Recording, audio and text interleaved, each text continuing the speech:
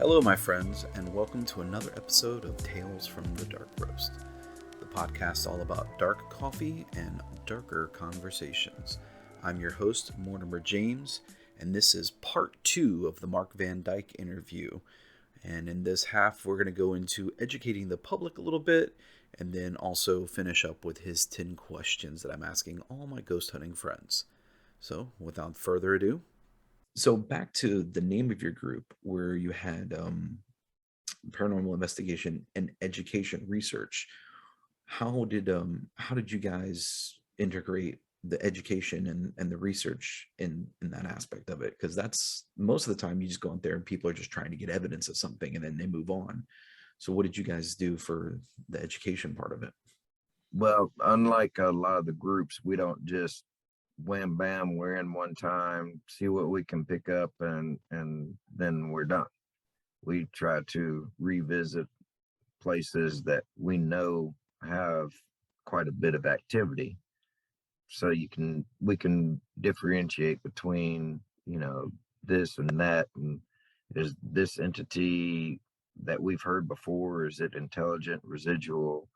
Um, if we had some new equipment that we wanted to try out, we could bring it out there and try it out and see if it's, plausible, or if it's just a load of crap or whatever. And we would often do public ghost hunts to where other people can come out, they've seen it on TV and saw how cool it was, and I want to get touched, and it's like, no, no, no. But we'd show them, yes, it's boring. Yes, you're standing here talking to yourself. Yes, it's nothing like on TV, but this is a more in-depth explanation of the equipment that we use and the processes that we take and the safety measures going into an investigation, and how we come about this or that or wherever. So just giving them a chance to actually see the process, and that's the education. That's what they're seeing. And they can participate as well, and Oh, cool. we give them certain equipment and everything else, and they could do their own thing. And then a lot of times we would once we go through everything that we picked up and invite them to come back over to review the evidence that we did pick up that night, and just kind of, the behind the scenes stuff that they wouldn't normally see with the editing and reviewing, and more in depth on how this equipment was able to help with that, and things of that such. All the fun of sitting there with headphones on for hours and hours of review. Just for one recording. Yeah. Yeah. I remember working in the news. I remember how many times you'd sit there and take one. Hold on. I didn't like that. My hair was messed up. Take 3, take 4, an hour later. Exactly. Yeah. So, and at least I had a reporter giving me cues, but you're waiting on ghosts. Exactly. And sitting there, everything amplified up, and still listening for that slight little whisper, no matter how loud you crank it. It's just like, yeah. And then trying to, how it also kind of helps whenever we're speaking with the public on that end, on why, as we walk from point A to point B, it's like we're walking, and then we walk, or somebody passed gas, and it's like pass gas, or and so they can understand, since the audio comes in so low majority of the time with class B or class C EVP. It's important that we make some kind of notation on the recording that, hey, I made this noise. It's nothing unusual, So you're time stamping it. So exactly. Yeah. because there's been some recordings we've had where no one was in the building whatsoever, and you can hear a rock being thrown, you know. But had someone been in there and kicked the rock, you would timestamp it. I kicked the rock. Don't freak out, you know. Carry on. Exactly. As you were. But with no one in the room, you've now got to say, okay, what could have caused this? And you have to start ruling out the other causes. And then if you rule those out, the last thing you have is, well, maybe it was paranormal. Exactly. That's really cool. I like that you guys would go into it with that sort of debunking attitude, but still being open to the idea of something paranormal. Yeah. We, whenever we would go into a new place, we're not fully skeptical as far as the belief of the paranormal, but we go in being skeptic of the location that we're going to. Well, let me ask so we you can still keep an open mind, but yet, not going to believe everything that happens is something paranormal. Well, and let me ask you this. Would you guys go in with knowledge of the place you were investigating, or would you go in with zero knowledge to see what would happen and then do your research afterwards? We generally tend to wait until later on down the road to do any research. A lot of people are conflicted. A lot of groups are conflicted with going ahead and get as much research as they can before they even go out for the first time. We kind of do the opposite, because a lot of times, you even seeing it on like Ghost Adventures, they get one word that pops out and it's like, oh, we heard about that, 3 rooms down, and oh, that's got to be so and so from 1843, and it's like, that was just one word, just happened to be a female or a dude. You're just trying to connect too many dots just off of very little information, and that can hinder any investigation if you try to do that. And so we wait till later, even though if we do find something and it's just like, why, what does that mean? Why would they say that, or something to the effect, and then we go and do the research later on, and then it's like, oh, that makes sense. Okay. Because we had one as we were back out with the group that introduced us to Anderson Hill. They stayed behind, and I had to get my daughter back home, and as we left, the other team had picked up an EVP that said, "Hide your kids." And of course, you're leaving with your kid. Well, yeah, that too. But at that time, we still hadn't done the research on the place. We had been there several times, but still, never really talked to the family about some of the history and everything else, until about a month later, or a month or two. And then started talking to the family, and come to find out that Uncle so-and-so, there was never any arrests or anything, but the rest of the family would warn the little ones, stay away from Uncle so-and-so. It's like, okay, that makes sense now. Here comes Uncle so-and-so, hide your kids. It's like, okay, that makes sense now. that one dark family secret with everyone tries to Yeah, hide, and exactly. they're letting Yeah, you know, but obviously you didn't know that at the time. So it's interesting that the research you did afterwards kind of helped clarify that EVP for you guys. exactly. It makes attaching the strings a lot easier. And also prevents Not you from knowing. putting too much together on a single word when it might not even mean anything. Exactly. Right. No, that's a smart way of doing it. Most groups that I've talked with, they tend to do basic research at the beginning. So I could see where they could start drawing conclusions from things and jumping to conclusions Mhm. because they've already got a little bit of that information, whereas you Right. guys are going in blind. And yeah, I like that approach. If I ever go, I want to do it that way. Having research and having the information can help when you're on the spot during the investigation. You can pull up some triggers, increase your chances of picking up some kind of evidence.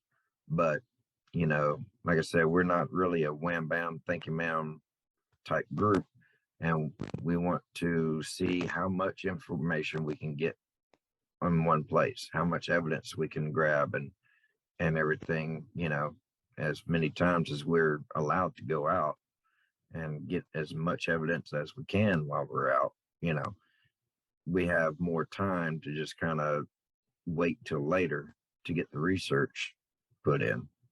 Right? You can always do that on your own time, whereas going to someone's house or going to a piece of property, you may only have access to it for, hey, you can go this night next month for 4 hours. That's what we've got. Exactly. Yeah. Yeah, that makes a lot of sense. I like that approach. And like I said, if I ever get to go ghost hunting, that's kind of the approach I think I would want to take as well. Let me know next time. Yep. I'll take you. Dude, I've got a trip coming up in December. I might try to reach out and take and do that for one night. That would be a I'll lot do of it. fun. Oh, yeah. Most Awesome. definitely. All right, man. Well, I think that's a good place to stop. But before we go, I've got a handful of questions I want to ask you. It's kind of my tribute to James Lipton and Inside the Actor Studio. So here's a couple of quick questions for you. What has been your favorite place to ghost hunt? Anderson Hill. A lot of activity. And all different kinds. I mean, from being touched to pictures, EVPs, manifestations, um, angry spirits. Um, there's just all kinds of stuff, intelligent residuals. I mean, yeah, we love it there. Yeah, that's if we go, that should be on the That's top where of I'm the list. taking you. That's where I'm Awesome. taking you. All right. And then what has been your least favorite place to ghost hunt? Just the places where, we've always been told, oh, there's so much activity going on, and getting a list of what all has gone on. And, we go out there different times of the year and different times of the day and just nothing ever, Bupkis, zero. Yeah. And, everybody else would try to hype it up as there's just as much, if not more, activity than Anderson Hill, but we don't really pick up anything. So it's just like, yeah, okay. Yeah, I can Doesn't see stop us from keep going back to try to find something, but we don't like going there. right. It gets tedious, I'm sure, and then not getting anything. It's like, well, why keep coming back? We've been here 3 times and nothing.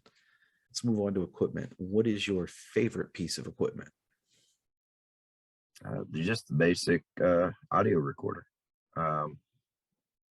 It's you can use it as a data logger when you do your timestamps.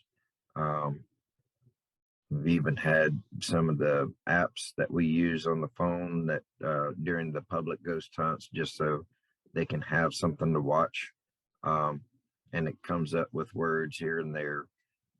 We don't really take much into it. Let's just keep the interest of the general public into what we're doing and not acting like a little kid. Are we done yet?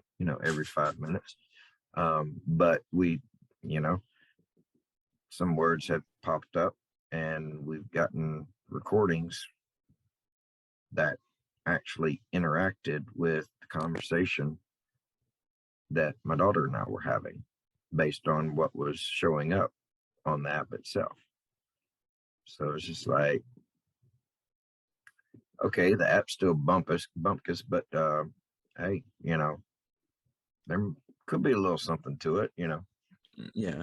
You're not the first person I've spoken with that has done these that says that that's their favorite piece of equipment. Just a handheld recorder. That's So all you really need. I mean, because majority of the time when you're actually on the investigation, you're relying on your senses and yourself. And of course, as we get older, our memory isn't as well. So, all you got to do is just speak up into the recorder is like, I got some hairs going up on the back of my neck here. there you go. Good possibility. If you got video recording, you got a timestamp of when you did that recording. You go back to the video at that time, check the video, go back on the audio at that time, see if there's anything said before or after, very valuable tool. It's sounds like. All right. And then what is your least favorite piece of equipment? I would have to say the Ovulus. It's basically a box that emits electromagnetic field and has a dictionary built inside of it. And supposedly the way that it works is as entity comes up and manipulates the EMF field, they can generate words based on how they interrupt the field. And the words that pop up a lot of times, like we spoke earlier with those that do the research and everything before going out, say you're at Lizzie Borden Axe house, and you get the word axe. It's like, oh, it's Lizzie talking to us from the dead. No, crap, no, that doesn't mean squat, Yeah. It's just a coincidence. But there's so much faith that's put into it, that it's really easy to try to make a mountain out of a molehill, pretty much. Okay. So I think I know what the answer to this next question is going to be, but is there any equipment that you feel doesn't work or gives a lot of false positives? Yeah, there's several of them. Of course, Ovulus being one of them. A lot of the apps that some investigators download onto their phone, it even says in the description it's for entertainment purposes only. But something happens, kind of a quinky dink. Hey, they're 100% gung ho. We've got a haunting. Yeah. And then there's other individuals that believe in the mag light theory. And is that where you can turn a mag light or whatever so that it's just on just the edge barely of would come on? Right. And then you start asking questions and then it'll light up and then go out. And, it's, especially here in Florida, it's humid, it's hot, temperature's changing every 10 seconds. So yeah, metal is going to expand and it's going to contract. And whenever it's contracted, you're not going to see anything. You can ask a question, humidity goes up a little bit, just enough to make that connection, and boom. Yeah, I could see how that would give you a lot of false positives. There's a the people that believes in that theory, and it's just like, okay, Mag yeah, Maglite is good for two things: seeing in the dark and hitting people. exactly, You get and those that's all big it should be for. 4Ds. Yep. Yes, All right. Now some of the here we go. Has there ever been a time when you felt unsafe ghost hunting? personally, no. Um, I've always been the Papa Bear of the group. Uh, since doing my research before, starting up the group and everything else, knowing the different safeties and all that. My other team members that had gone out and done investigations at other places, they they've had those experiences where they wouldn't go back unless I went with them. So, I've never really had a full blown experience with a true negative because, you know, maybe the or as the healer or something, kind of gets out there and shoos away or whatever. But uh, I generally don't get messed with. I'm normally the protector of my group. That makes a lot of sense. I feel like there are those people that emit that sort of that calm, that was it the calm in the center of the storm? The people that even though crap can be going crazy around them, they can stay centered and help other people stay centered. Um, Exactly. and I think every Yeah. group needs one of those, especially when it comes to like a protector or a guardian. So Exactly. no, that's good though that you're that person though, and that the other people realize it. So they, when something happens, they know who to run to. Well, yeah. Of I know course, who to run to now. it's mainly my nephew. It's like, Uncle Mark, we went to this place and this and this and this and this and this happened. You need to come up. You need to check this place out with me. It's like, okay, and then we go and absolutely nothing happens whatsoever. It's like, dude, why are you scared of this place? There ain't nothing here. If you could capture evidence of one person's ghost, who would it be? Mm, it would be my dad. I miss him. Just to hear the voice or know that it was something that he did or Just knowing he's still around, knowing that I'm, of the tough times that I'm going through and I'm still here. And I get, from time to time, I get those hyper realistic dreams of him in the middle of the night. And, it could be a sign that, he's there with me. But, keeping an eye on you you know, still. yeah, I just don't want it, tired of it just being in a dream, Right. So if you get an just hear EVP his or voice, slight apparition, some image in the mirror, something, something. yeah, that one picture of a window as you're driving away and then you see something. Exactly. Yeah. Yeah. Yeah, I could see where that would be a comforting, kind of calming, something that you could just feel that presence would. Yeah, I get that. I can't put words to it, but I understand what you're saying. Exactly. Yeah.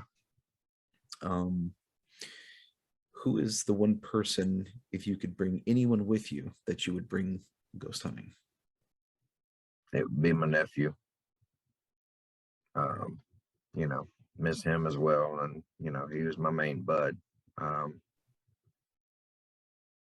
but I guess as far as living, it'd probably be my daughter. And she does go with you a fair bit though, right? Oh, yes. Yeah. She's had some encounters herself that, yeah, but she's a trooper. So, yeah. That's awesome. My little one keeps talking about wanting to go to Halloween Horror Nights and get into scary stuff, and kind of like, once you get into it, it's going to be hard to get out of it. So, Yeah. But until then, Papa flips the bill until she's old enough to pay for her own stuff. Maybe once we do, if I can get up there and we can go to Anderson Hill together, maybe when she gets a little bit older, maybe I'll start trying to take her out with me, because I think that's something she would really enjoy. Oh yeah. Oh yeah. Last question: when you pass on, do you plan on trying to haunt someone or someplace? Oh yeah. I've got a list. You get a list. Not- Gonna float around, hit a different house every night. yeah, I mean, some of them just kind of look in as like, ooh, hey, yeah, she's still looking good. A couple of the exes, oh, you ticked me off, so hey, yeah, I'm wrecking all your shit. Uh, Steal all their left shoes. exactly, and the right sock, and the bowls to their Tupperware and leave the lids, and you know stuff like that. But um, if it was a certain place, then probably if there are other family members that have already passed that are still hanging around, I'd want to hang back out with them again. Makes a lot of sense. A little group haunting action. Exactly. Yeah. That's awesome. All right, man. Well, again, I really appreciate you coming on the show and talking about your experiences with us. Of course. Maybe we'll see if we can arrange to either have you back on or maybe even do something out in the field together. Anytime. All right. I appreciate it again. And guys, once again, this has been my buddy Mark Van Dyke, one of the founding members of Peer out of the Panama City area. So thanks again, man. Thank you. All right. And if you can, give us a big help by liking the videos, giving us a review, going on YouTube, subscribing, and leaving us a comment. It'll really help us out and let us know what you guys think of the show and help us drive the direction that we're going to take the show from here on. So again, I appreciate it. You guys have a good night. Remember, keep your coffee mugs full and your stories dark, because I want to hear them.